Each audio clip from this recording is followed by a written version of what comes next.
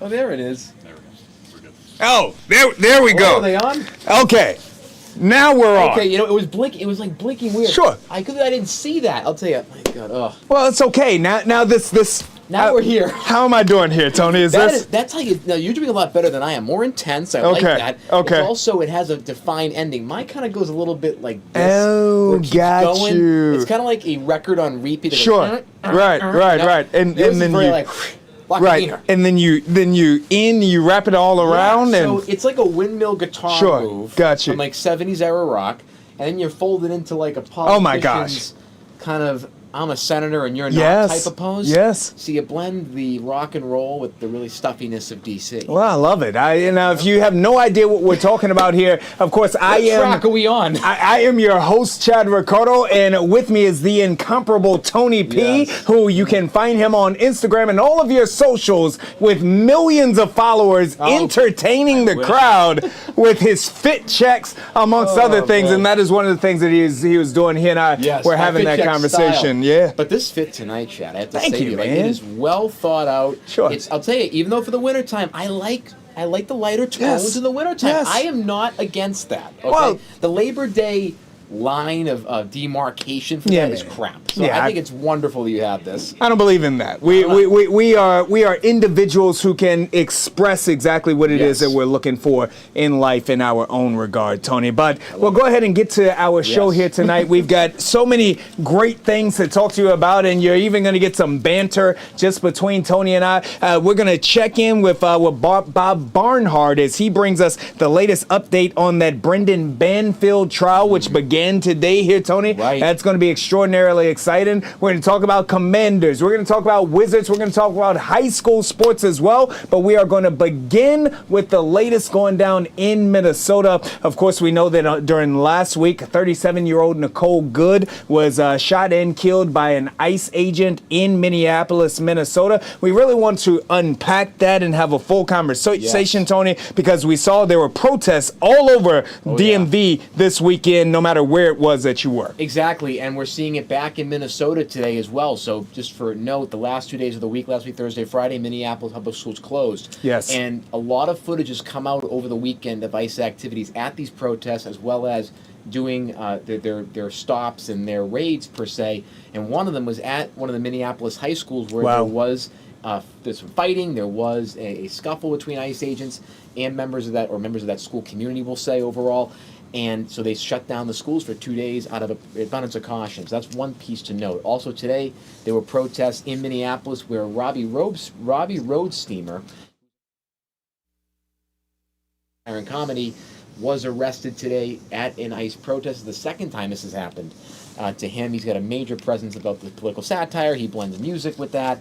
And you can see, at least one of the clips we had before of him getting arrested, he was in like the kind of the checkered costume, if you will. Sure. And the second time this has happened, we don't know the details yet of why he was arrested, but the temperature's not being turned down at all right now. And we're seeing, whether it be from the president and the DHS secretary, Noam, over this weekend, really doubling down on their case that this woman was a domestic terrorist, unquote, and that she didn't have the right to do what she did, and she could have avoided her own demise, basically. Then we're seeing a lot of anger in Minnesota over the fact that the FBI is now taking sole custody of this investigation, where they have not allowed for a joint fact-finding mission or investigation with Minneapolis officials. So they've done their whole own investigation with more public information and an evidence portal for Minneapolis and Minnesota residents. So it's a lot of things up in the air and a lot of controversy surrounding this.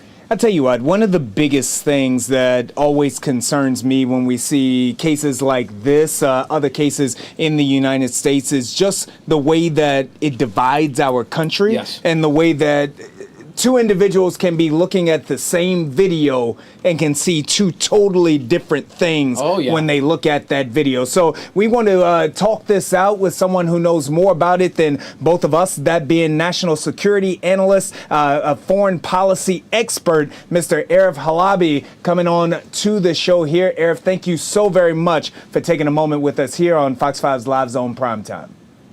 I think you hit it right on the head when you said that too many people two different folks can look at the same thing and come up with a different conclusion.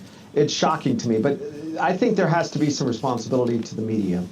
when you take a look at the angles in which they show, instead of showing the angle that shows an officer actually being hit and really clarifying that the officer, the ICE officer in Minneapolis, shot through the front windshield, which means he was in front of the car, because I think there's an assumption that the officer that's along the side of the car, initially taking that video where she's smiling and saying, you know, I still love you, or I'm not here to hate you, or whatever her comments are, I believe that leads that there are two sides, right? Bad guys, mask, guns, good person, smiling with a happy face. I think there just needs to be a focus on the actions. We control our own actions, and that's very important. When I was a police officer in Los Angeles during the LA riots, we saw initially the full 2 or 3 minute video of the Rodney King event. And instead, the media continued to show about 18, 20 seconds or so, and you didn't see the time when there were 2 other male blacks in the car that were taken into custody without a problem. You didn't see that Rodney King kicked Lawrence Powell in the groin, that he pulled out not one set of taser rounds, you know, the prongs and the wires, but he pulled out 2 after being shot. So doesn't mean that in the end it was justified, but I think it would calm the temperature down when you would see that the other side is not as mean and ugly as they are. They had reasons. Now you can challenge those reasons, but they still had reasons for doing what they're doing. So there's dishonesty by omission that a lot of the media, especially the left-wing media, tends to promote. Look, the right has done it as well. We see it on both sides. But there just needs to be some responsibility of tuning this down. When you see Jacob Frey and you see Governor Walz come out, I think it's intimidating to the average citizen when they think ICE is out there picking up people off the street.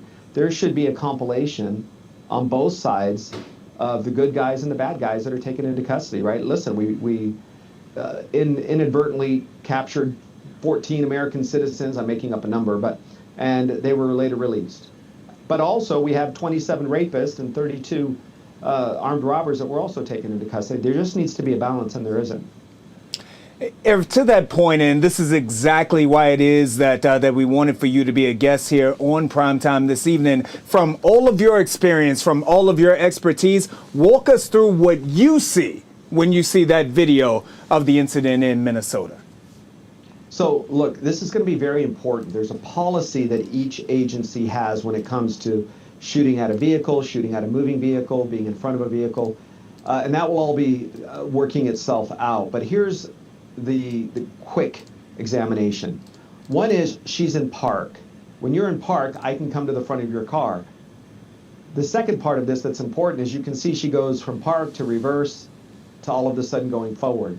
So she's the one that changed the actions of the car, as opposed to seeing a car was moving down the street and an officer jumps in front of the car and then shoots. That's not only a policy problem, but that's probably also maybe a second-degree manslaughter or some other type of crime.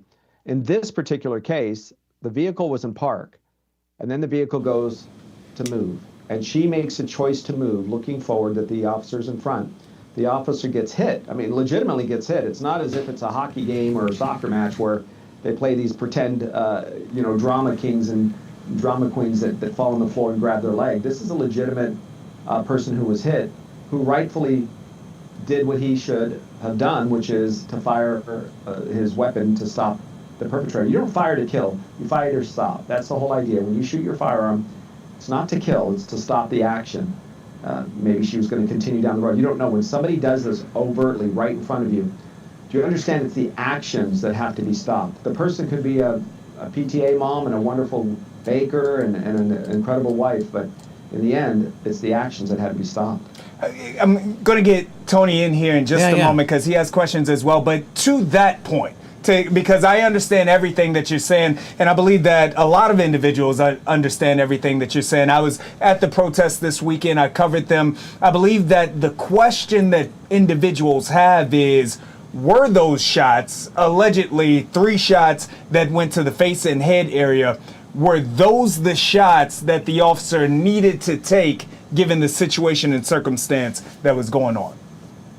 Great question. In today's video game world and Hollywood world, you're going to see officers, shoot the tires or shoot them in the arm or knock the gun out of their hand.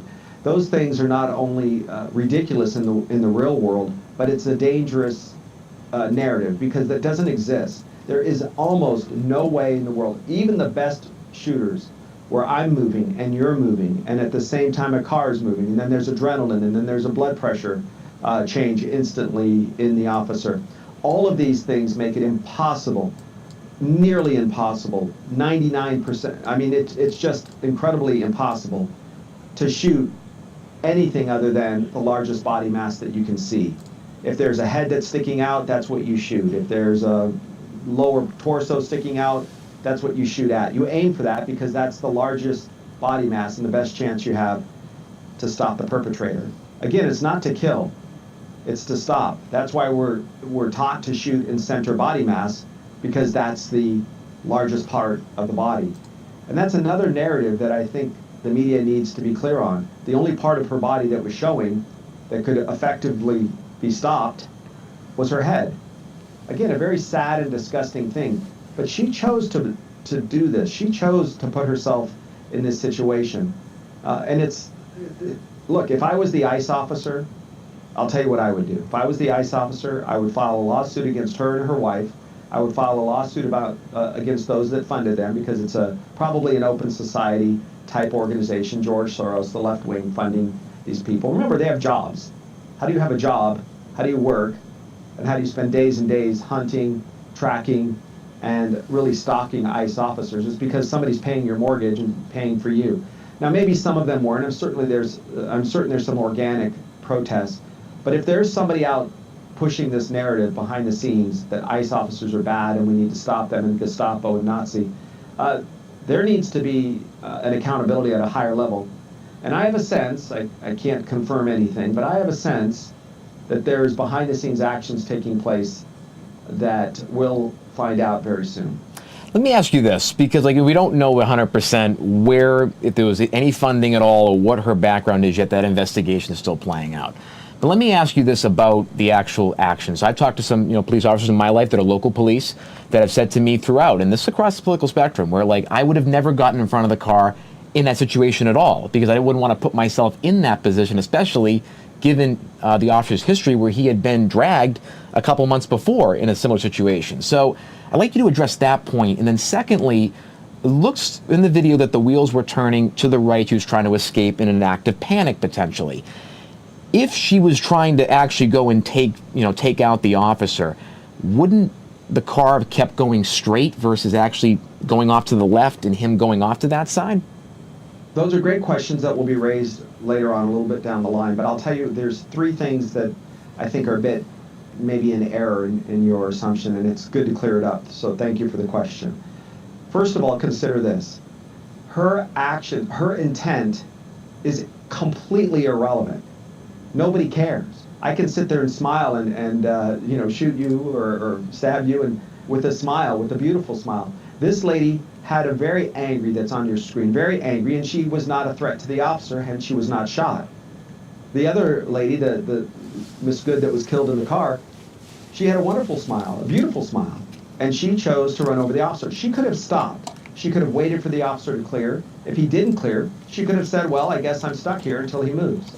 How many times do people crowd cars, and you and I maybe yell at the screen, just drive, and the person in the car doesn't just drive past or through the protester, but gives them a chance to get out of the street and get out of the road. That's the right thing to do until your safety is at risk. So why was this officer in front? Now, if her vehicle was moving, if it was rolling down the street and he jumps from the curb into the middle of the street, you are right. It's not only in my opinion, a policy problem. I don't know their exact policies, but I will bet that you're not allowed to do that. It's not Hollywood. But I will also tell you the car was stopped. You had a three-sided officer triangle. If you take a look, you'll see there was no crossfire worry whatsoever, meaning an officer that would, if they had to fire, would shoot through a glass and maybe hit another officer or another citizen.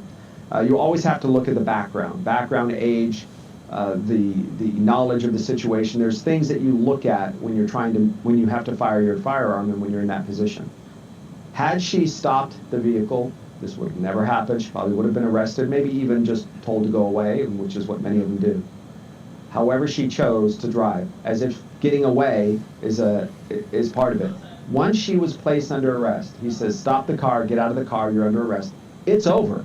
Just like when you and I get stopped for speeding or driving, over the speed limit, and that red light comes on, the red light is the officer telling you you're under arrest. You must stop. There is no negotiation or argument. That's what the courts are for. You go to court and you state your case.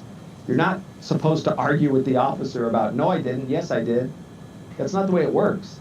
The officer says you're under arrest. The court decides guilt or innocence. She made a choice. It saddens me to no end when a life is lost. And I've been around many bad guys, reported bad guys, allegedly bad guys that have lost their lives. And except for maybe one or two, it was still a sad situation. When looking at, and again, and I appreciate the feedback and the back and forth. When looking at, I think, both sides for a second. So there's a lot of angst when ICE is coming into these cities, especially with the masking. And there are videos of ICE officers being aggressive and fighting with people that might be against them. Do you think that there are some ways that ICE or DHS or CBP might be able to de-escalate things, or not change course, maybe just kind of change some of their tactics so that there isn't such a high level of panic among other individuals in the community, whether it be a ripple effect or just people actually being stopped? Because there is this whole ICE is not, really trained in domestic law enforcement and interactions such as this. Do you think that there are some ways that there can be reforms to ensure that there's de-escalation more on ICE, as well as, by effect, there'd be de-escalation on the part of the individuals as well? Yeah, great point, and another great question. So think of it like this. When ICE goes out to effectuate an arrest, they're going off of information. The information they have is a function of two things. One, it's usually from the court systems that are public records, or that at least the federal government has access to. And the second part is an arrest that is directly related to the police station, meaning if Minneapolis just allows ICE officers to go and make an arrest outside of the jail or inside of the jail, the custodial area, it's over. There's no reason for them to go into the community. If the court system, instead of the judge, for example, that was recently convicted, who allowed illegal immigrants, criminal illegal immigrants, to go outside of the back of the courthouse, that is exactly the reason that this has to occur. It's the worst of all situations when you have a cowardice of a police chief or a mayor who's trying to keep the police chief in check. That's the job of local law enforcement. Their job is to do support. I've done that many occasions when the FBI was doing the raid or they were doing some sort of enforcement action. Our job is to keep the peace and to be on the outside. We're trained for that. Certainly local law enforcement is. And that's the job of Minneapolis police. The challenge is this. When that takes place and you have a cowardice of a mayor or a cowardice of a police chief, then they tell the officers to back down. The men and women in the police department are almost always leaning conservative because they see what liberal policies do in the day-to-day lives of citizens, especially those that are weaker and the most vulnerable. And so we see those policies. I went into law enforcement coming out of college as a far-left liberal. It was 6 months later before I went, wait a second, all of these things I was told was just not true. I see the day-to-day actions and you see the truth. So if law enforcement is given the ability, they know how to de-escalate. They know how to keep the peace. They know how to put what's called a ring or a circle around the officers and let them do their jobs. The problem is this. The officers are fighting not just a political battle in the narrative through the media, but they're fighting a battle physically for their own existence. When your family is doxxed, imagine for a minute if somebody decides they don't like one of you, and they put your name and your address, maybe your mom and dad's name and address, maybe what time your mom goes home or your dad goes to work or your little sister is done with school. Imagine that. You want to dox these officers and say that they can't wear a mask, then you better make it a felony with a minimum of 5 years in prison for doxing and releasing that information. If you're not going to enforce that side of it, then the officer's job is to make sure that they go home to their family first. It isn't to protect you. That's not our job. Now, often, officers die in the line of duty protecting you, protecting me, but their job initially is to go home at the end of the night and then protect their partner and then protect the public. And that's a very important distinction, because when they are being attacked, look, frozen water bottles has been a tactic used for a decade that Antifa has used. Frozen water bottles, because they're innocuous. You'll look at them and go, oh, it's just a water bottle. They position them around. We've seen them. You can see them parked in corners and on the sidewalk and over in that corner. And they leave them there. They're just like broken bricks. They did that during the inauguration. We saw that in the different parades, etc., where they would leave off bricks. In Los Angeles, trucks would drop off. And these organizations, the Antifa and BLM type organizations on the militant side, will go out there and they'll use these weapons. And they'll use everything from technology to water bottles to go after these officers. And their job is to protect themselves first. I wish they would. It's a local law enforcement. When you see cities across the country where local law enforcement steps up, you don't see this kind of violence. It's just when they release the immigrants, the illegal immigrants, the criminals, back into the system. And this is a point I haven't made yet. When you release the illegal immigrants into an assistance, and their address is 1234 Main Street, apartment 6, and on my way I see apartment 3 and apartment 4, and they both have illegal immigrants coming or going or whatever else they might be, or there's questioning and they realize these people are not here legally, they're obliged to arrest them. It isn't as if I can turn a blind eye to this one but not that one. And so if you want to protect the citizens that you say are not criminals, that are here illegally and that's not the crime to solve for, then you just release the real criminals from the courts. Release the real criminals from the jailhouses. That's it. ICE would be very, very limited in its involvement in the community. Eric, again, I cannot say enough how much we appreciate you being here, because I believe that this is the conversation that I have absolutely wanted to have. So I thank you for educating through your experience with us here. I want to go back to the point that you just made about de-escalation, because as we began this conversation, if you look on social media, if you look out in these streets, again, you will hear on one side of this that does say, ICE bad, ICE must go, we want ICE out of our cities all across the nation. And on the other side, with this conversation in specific, they say Nicole Good used her vehicle, she weaponized her vehicle, so she had to be shot, she had to die. My question for you, and I think that this is the biggest question of them all, through all of your experience, through everything that you've been through personally and been trained upon, was there another decision that officer could have made in that moment, given the circumstance? Well, I will tell you what I saw again today, and this was another angle. There's numerous angles now that you can see the various actions of the officer. The ability for that officer to draw his firearm, to fire, I think, maybe 2 shots, it might have been 3, and to hit the target he was aiming at versus skipping through and hitting a sleeping child across the street, God forbid. The skill set and the discipline that officer showed. Remember, in the media, that they show officers firing their entire magazine of 10, 15, 20 rounds, and you wonder, where did all these bullets go? Well, they go somewhere. And this officer didn't do that. He showed extreme discipline. And that's a very important distinction, because every bullet that leaves the gun, every bullet that leaves the barrel of an officer, he or she is accounting for that. And they have to pay the price. They have to spell out why that second and the third and the fourth and the fifth round was, the first 3 might be fine, but the fourth one maybe not. And you can get in trouble for that, including criminally. And I don't think people realize that in the story of what that officer did, he moved out of the way, maybe not as much as I would have, but was able to draw his firearm, fire a couple shots, and reholster. It was quite impressive in a macabre kind of way, but quite impressive that he didn't fire all of his rounds downrange. It goes to show you that in the officer's mind there was a level and an understanding of threat. I have no doubt, no question in my mind, that there was zero malicious intent in that officer's mind. I will also tell you that Mrs. Good could have saved her own life if she just stopped. That's it. You didn't have to do anything. The officers probably would have let you go anyway. So again, just to be clear, on record, in your perspective, this was a justified shooting, it needed to happen?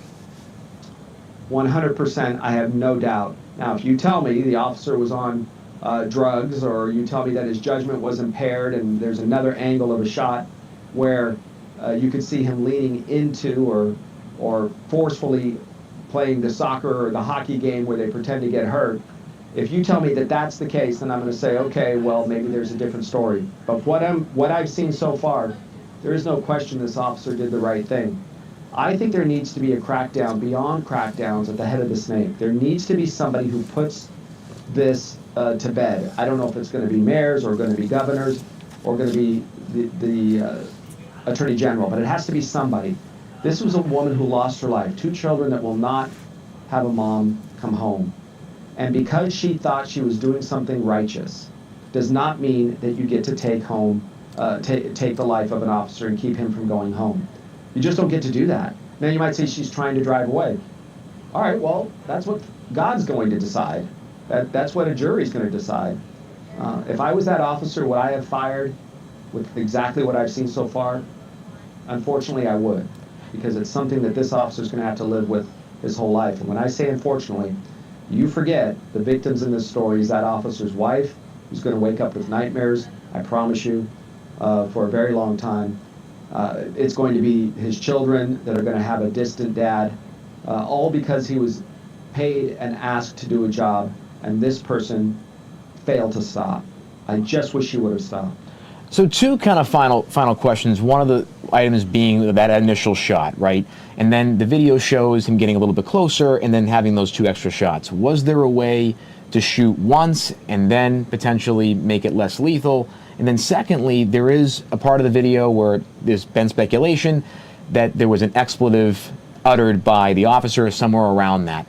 Does that reaction, let's say that's true, for example, we haven't confirmed it yet, but let's say that's true and he did yell an expletive towards Miss Good at the end of that encounter, would that impact, A, the level of threat that the officer faced and the justification for making that shot?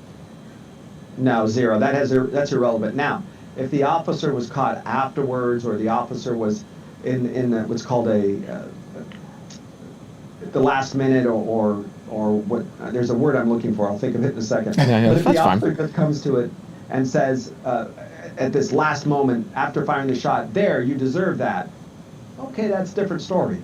Or that's what you get, or that's what you deserve, right? Something that's vengeance, that's revenge, as opposed to stopping the threat. Now, you can tell because, at that moment, they don't have lawyers, they're not thinking through the process.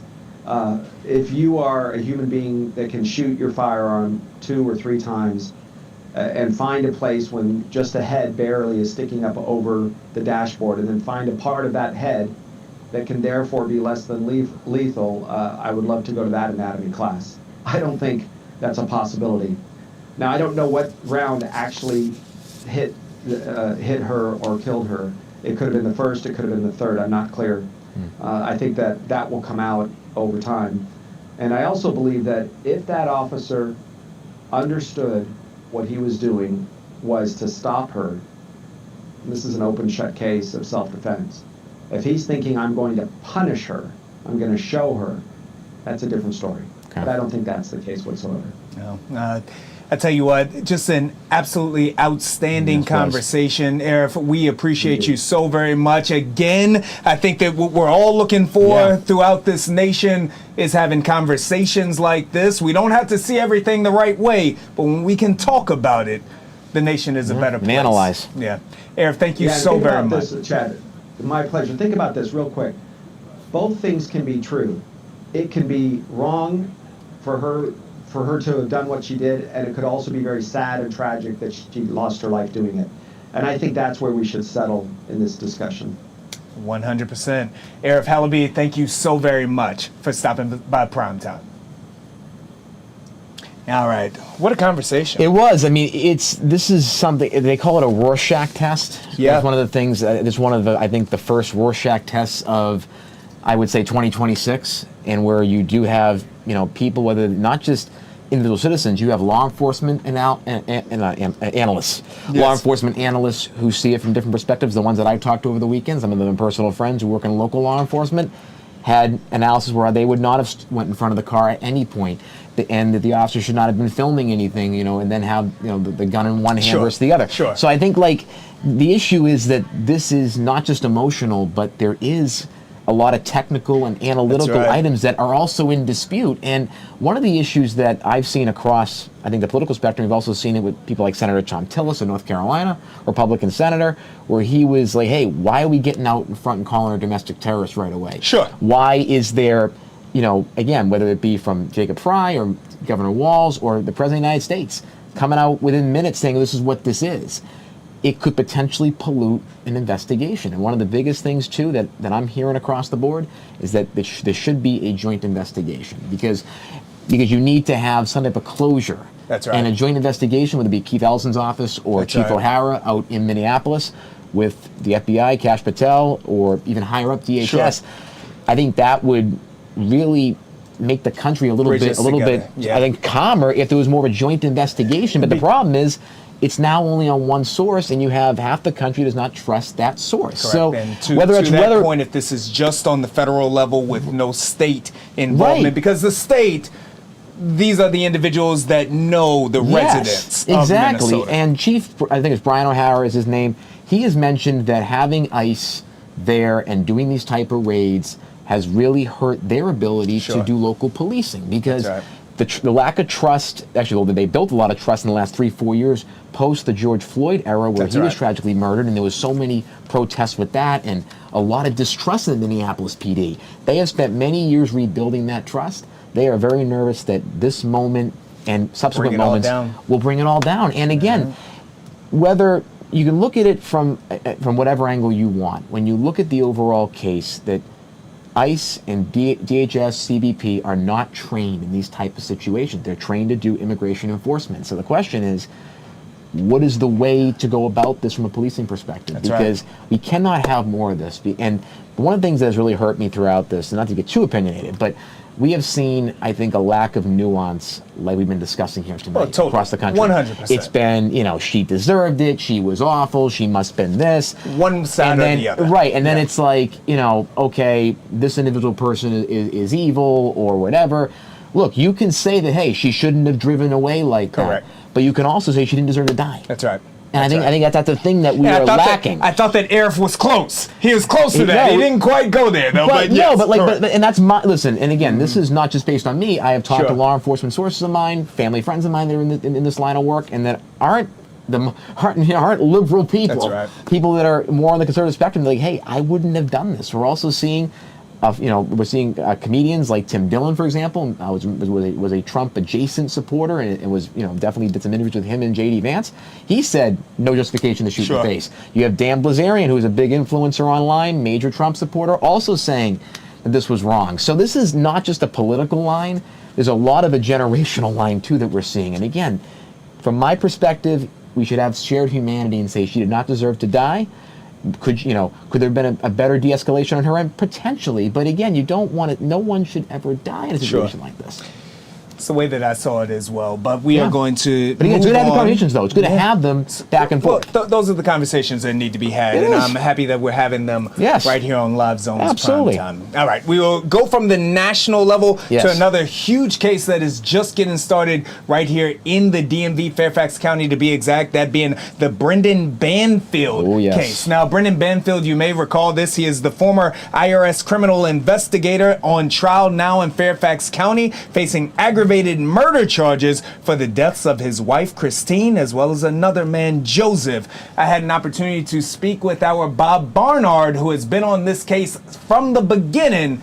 And Tony P, here's a portion of that conversation. Now, a Fox 5 exclusive, Brendan Banfield on trial, deadly desire. Banfield, former IRS criminal investigator on trial in Fairfax County, facing aggravated murder charges for the deaths of his wife Christine and another man, Joseph. Joining us now to talk more about this trial and everything that is going on with it, Fox 5's very own Bob Barnard. Bob, just a captivating trial. This is something that the community has been looking forward to find out what's going on. What's the latest? Well, there were a lot of delays getting to this point, Chad. I mean, the murders were almost 3 years ago. In that video, you just saw Brendan Banfield at the time of his arrest wearing shorts and a T-shirt. Today he was in court here wearing glasses, and today was basically day one of the trial. And you see the woman there next to him in the photo there. That's Juliana Margulies. She has already pled guilty in this case to involuntary manslaughter and is expected to testify for the prosecution at trial. So today was day one, and today was jury selection. And normally, I mean, first of all, this is going to be a video live recorded and broadcast and streamed trial, which we don't have in this area, not here in Virginia, D.C., or Maryland. It's very rare. So we as journalists rarely cover jury selection. We might go to opening arguments and key parts of the trial, but today, because this, starting tomorrow, will be broadcast for everybody to see, including here on our Fox local app, today we went to jury selection. It was very interesting because Brendan Banfield sat there with his lawyer, John Carroll. There were only a handful of reporters and a few spectators, not a big crowd in the courtroom today. We were on the right side of the courtroom. On the left side were all the prospective jurors, 80 of them. What they ended up getting were 16. 12 will be the actual jurors and 4 alternates, because this is scheduled to be a 4-week-long trial. So if along the way, for whatever reason, 1 or 2 or 3 or 4 have to be dismissed, they have alternates who will be taking in all of the testimony, listening to all the evidence during the course of this trial. But getting to this point today was interesting because, first of all, they asked people, is this going to be difficult for you to give up 4 weeks of your life? And oh my gosh, like half the place raised their hands. Half of the 80 prospective jurors, all Fairfax County residents, half of them raised their hands. And this judge is tough. This is Penny Ascarati. She oversaw the Johnny Depp Amber Heard trial. She's the chief judge at Fairfax County Circuit Court here, and she was having none of it. She showed no mercy. People were telling about trips and daycare and elder care and job responsibilities. She's like, nope, nope, nope, nope. And you could hear everybody going, oh my gosh, she's a tough cookie. Then they asked, anybody aware of this trial? And not so many hands went up, but 6 people who had opinions based on what they knew about this were dismissed. Some of them saying, I just read about this today. Wow. I saw it on the news this morning. I heard it on the radio coming to the courthouse. Didn't know that this was the trial I might have been seated for. So basically, Chad, it was interesting listening to the prosecution and the defense attorney try to weed through the people that they needed to kind of dismiss from the jury to settle on the final 16, asking them things like, how do you feel about marriage infidelity? Do you have a bias toward police?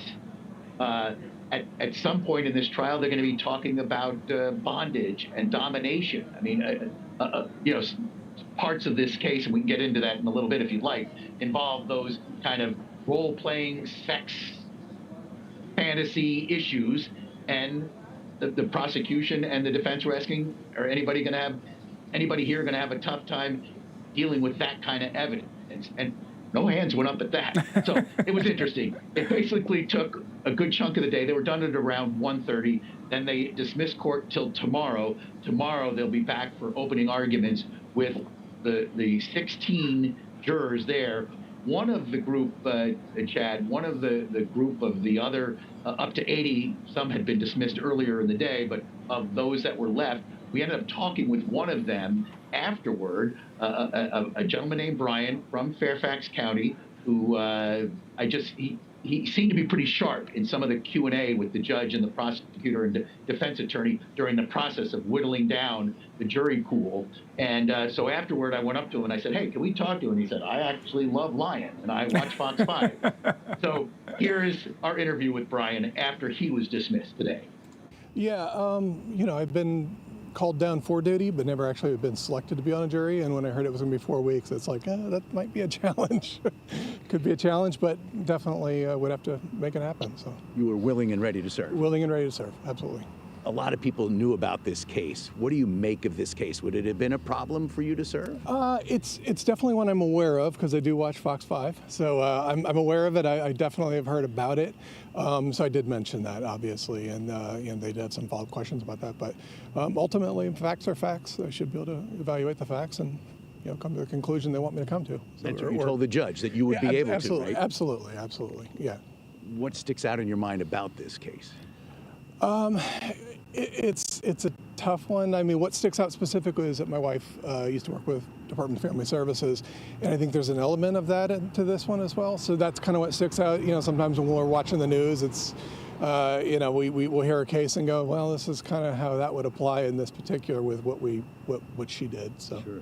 Yeah. Because there was a 4-year-old girl in the basement. Apparently, the word is he put the girl in the basement to then because he knew it was going to happen up there. Right. Yeah, and it's definitely it'd be difficult not to talk to my wife about it. You know, it's just kind of the line of work she worked in. So you have sympathy for the jurors who have been selected Absolutely. For 4 weeks. No question. And that's a really long commitment to do your civic duty, but definitely, yeah, it's going to be a challenge. It's going to be a lot of really difficult information they're going to probably have to process over the next month. And avoid news media, right? I mean, because a lot of people knew about this case. Absolutely, yeah, absolutely. It's on the news. I mean, you guys are here today, so clearly it's important, you know. And I definitely remember hearing about it last February. And as you leave, your overall thoughts? My overall thoughts is, you know, I hope the case goes well. I hope they're able to come to a good verdict. There's not a mistrial, and I think it sounds like everybody is ready to go. Man, Tony, this Brendan Banfield trial, you've got just about everything that you would see in a movie. You've got murder, and we don't want to make light of this at all, but you've got that's a biggie. Double murder. You've got, you know, an au pair being involved with it as well. You've got plot schemes, bondage, everything all in this trial. Yeah, I mean, when you look at it, it has a very sensational nature to it, whether it be, I think, like a trial of the century type thing, a trial of the century for this area, an OJ, or a Klaus von Bülow back from the 70s and 80s. I think we have to remember, again, the media aspect of this, because the jury pool, the question is going to be during the selection, is this case been so spread, you know, with the social media or local media or even national sites as well, has that potentially made the jury pool be too aware of this case?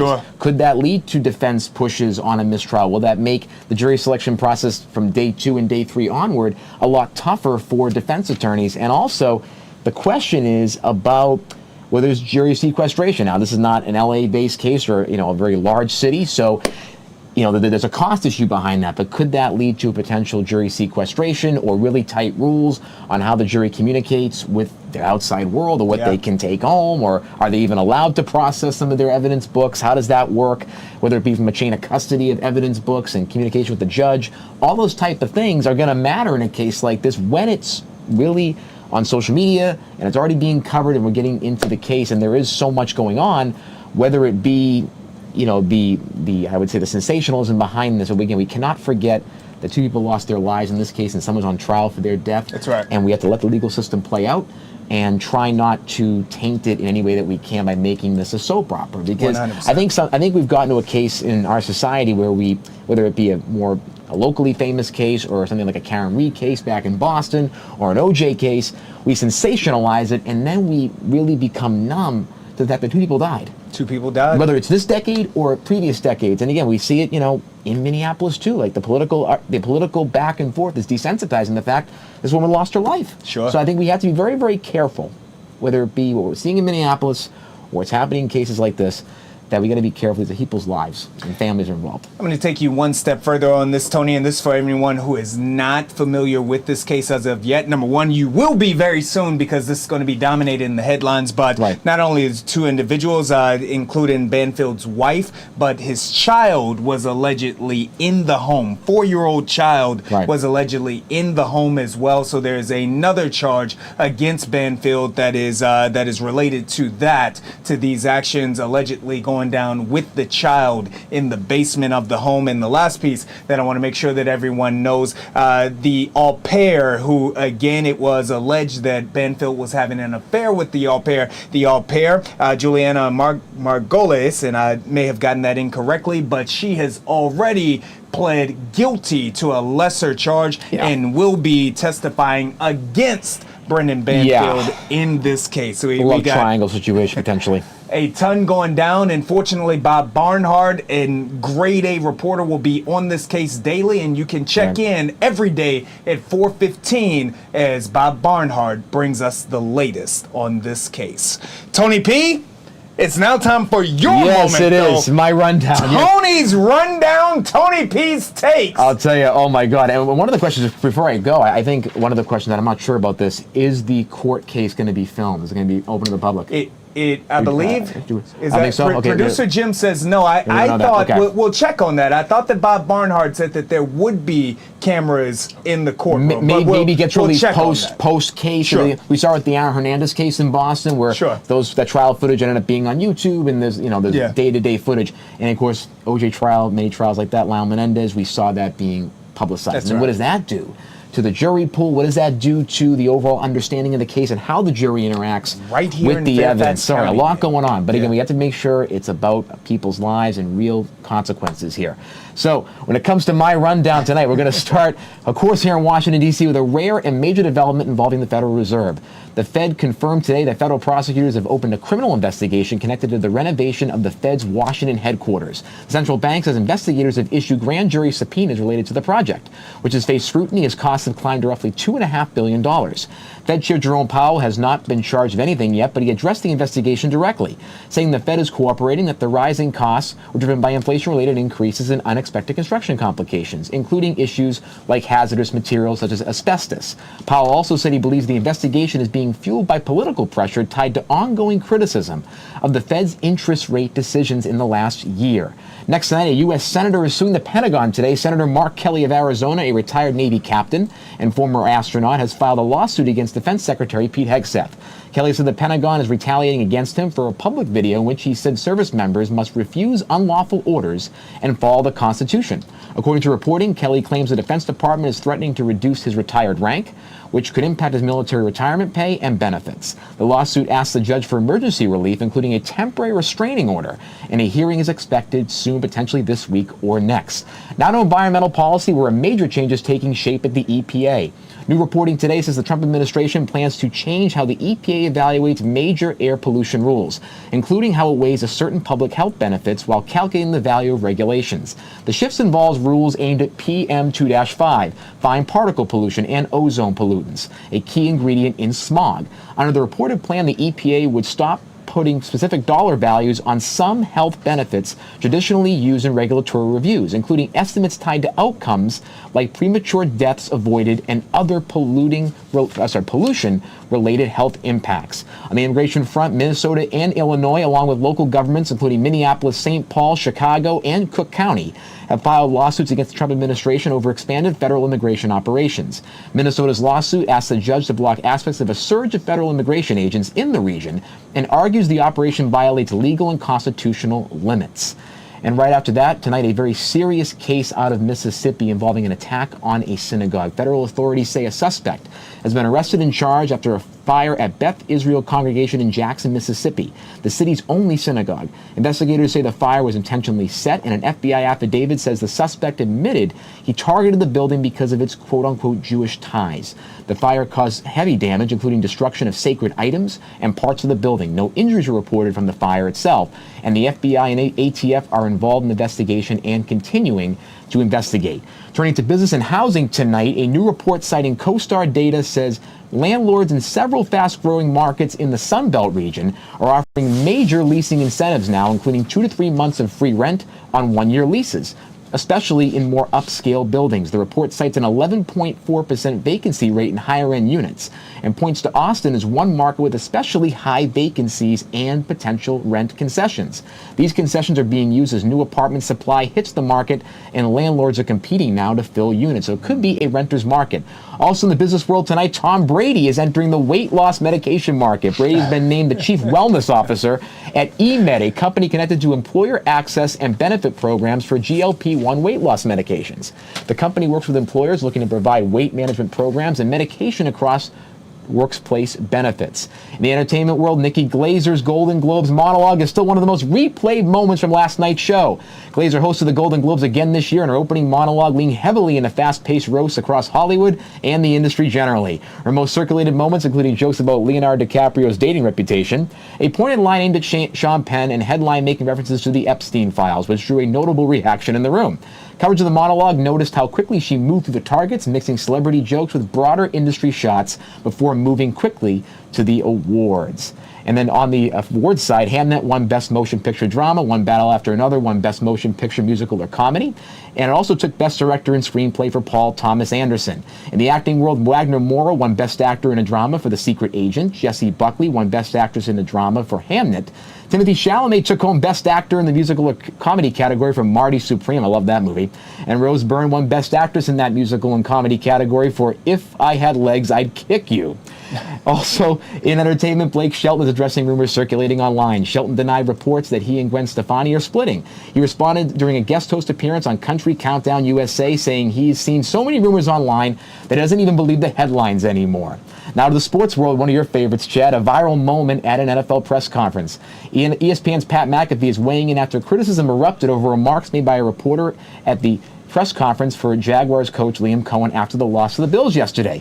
The reporter's comments were criticized online as being overly supportive, and the clip triggered a wider debate about how press conferences should be conducted and how reporters should interact with teams.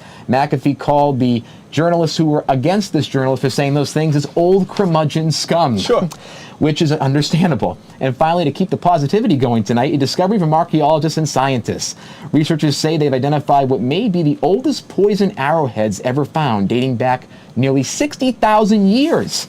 Analysts suggest that early humans were applying toxins to hunting weapons, with evidence pointing to plant-based poison residue. Wow. Sorry, it's a lot of headlines tonight, but I want to get through a lot of things. First of all, that was absolutely amazing. That was a little bit long-winded, but I got getting there. Absolutely amazing. A couple of things really quickly, because we have one more piece to get to. Nikki Glazer, I've never heard anything from Nikki Glazer. Never? Never. Wow. I'm going to check that out on my way home tonight. You should. It was fantastic. Secondly, heard a lot of flack about the interview question, or which was more so commentary to Coach Cohen there. For anybody who has been in those rooms, and I've heard it, women said, oh my gosh, you're setting us back. 20 years ago, we couldn't have done that. We fought to be in this room. The reality of the matter is that when you're in that room, all of us, Tony, not every one of us, but all of us who have built the rapport, we each get a question. What an individual does with their question is what they do with their question. That's a really good point. I didn't even think of that. Whatever you say has no impact on the other reporters. My question. Right. So she wants to do that. Let her do it. And Mark Long from the AP was like retweeting Adam Schefter, who said it was a really nice moment, said, it's disrespectful to reporters doing the work. I mean, this is, I think people just want to be miserable online and want to put that stuff forward. And she had a great response. She goes, honey, I've been doing this for a lot of years. I interviewed Tiger Woods, Barack Obama, and Terry Bradshaw. I've been doing this business. I know I'm a great journalist. And she also said, support the black press. I couldn't agree more, whether it be her or April Ryan here in D.C. Fantastic press across the board. You know what? I'll be honest, screw the criticism. It's her on moment. this. It's her moment. Let her have her moment. Speaking of outstanding journalists, had an opportunity to speak with Darrell Balknight of the Athletic HQ about all of the things going down with the Washington Commanders and the Washington Wizards on yesterday. We're going to play a portion of that interview right now of this very talented journalist, Darrell Balknight. All right, so a lot of huge things going down, obviously, in the Washington sports world this week. We'll get to Trae Young in just a moment, which my opinion on Trae Young has completely changed over the course of the last 3 to 4 days. I'm looking forward to yours. But let's begin now. David Blau, brought in as the offensive coordinator of the Washington Commanders. Last time we spoke earlier this week, you are still excited, still holding out hope about the direction of this team. Does David Blau move that needle up, or does it bring it down some? He moves it up to me, Chad. He was my 1B candidate if the team did not get Mike McDaniel, and I think he was everybody's top candidate. But I'm optimistic and I'm hopeful for David Blau for a couple of reasons. Number one, he has the familiarity with Jaden Daniels. The risk of getting somebody who was external and who did not know Jaden as well was that going into this pivotal year 3, you bring in somebody who's not as familiar, somebody who has to relearn the quarterback, not only on the field, but off the field, get to know his tendencies, get to know his habits, his rituals, his routines. So David Blau is that assistant quarterback coach for the past couple of years who's going to elevate Jaden, hopefully, in this what's also a pivotal year 3 for the quarterback and the franchise and the regime moving forward. When I look at this decision, I believe that you're spot on here. And I believe you're spot on not only in X's and O's, but in terms of making sure that Jaden Daniels remains as comfortable as possible, which is important for young men. I mean, Jaden Daniels only 25 years old. We look at that and we're like, oh, third year NFL making all this money. He's still a young man. I look at it, I'm going to take you a step further. I believe that the reason that Sam Hartman has remained on this roster is because that's Jaden Daniels' homeboy. I believe that this organization is hell-bent on not only putting him in the best positions in terms of X's and O's, but also making sure that he is in a happy, healthy position as he continues to grow and develop. Do you believe that that aspect, maintaining that continuity from a comfort level, was important in this decision as well? 100%, because you look at it, you alluded to Sam Hartman, you alluded to the fact that this is a guy who has to grow not only as a player, but within the confines of the organization with Josh Harris, with Adam Peters, with Dan Quinn. David Blau is a guy who's been there, who knows Jaden, and you can't tell me that ownership, or if not ownership, then the front office and DQ didn't go to Jaden Daniels and say, hey, what do you think about us promoting David Blau to OC? What do you think about us potentially elevating him to make him your number one guy? Because as much as Commanders fans probably wanted Mike McDaniel, the risk is that he does so well in year one as Commanders OC that he goes out and gets another head coaching job next year, and you're starting from square one once again. David Blau can assume this role, and in 2 years, he can still be here. In 3 years, he might even be here. He could even be head coach if, who knows, Dan Quinn doesn't do well, if the Commanders go in a different direction. It could be David Blau's team in a matter of time. But right now, at this moment, this is what's best for Jaden Daniels in this offense moving forward.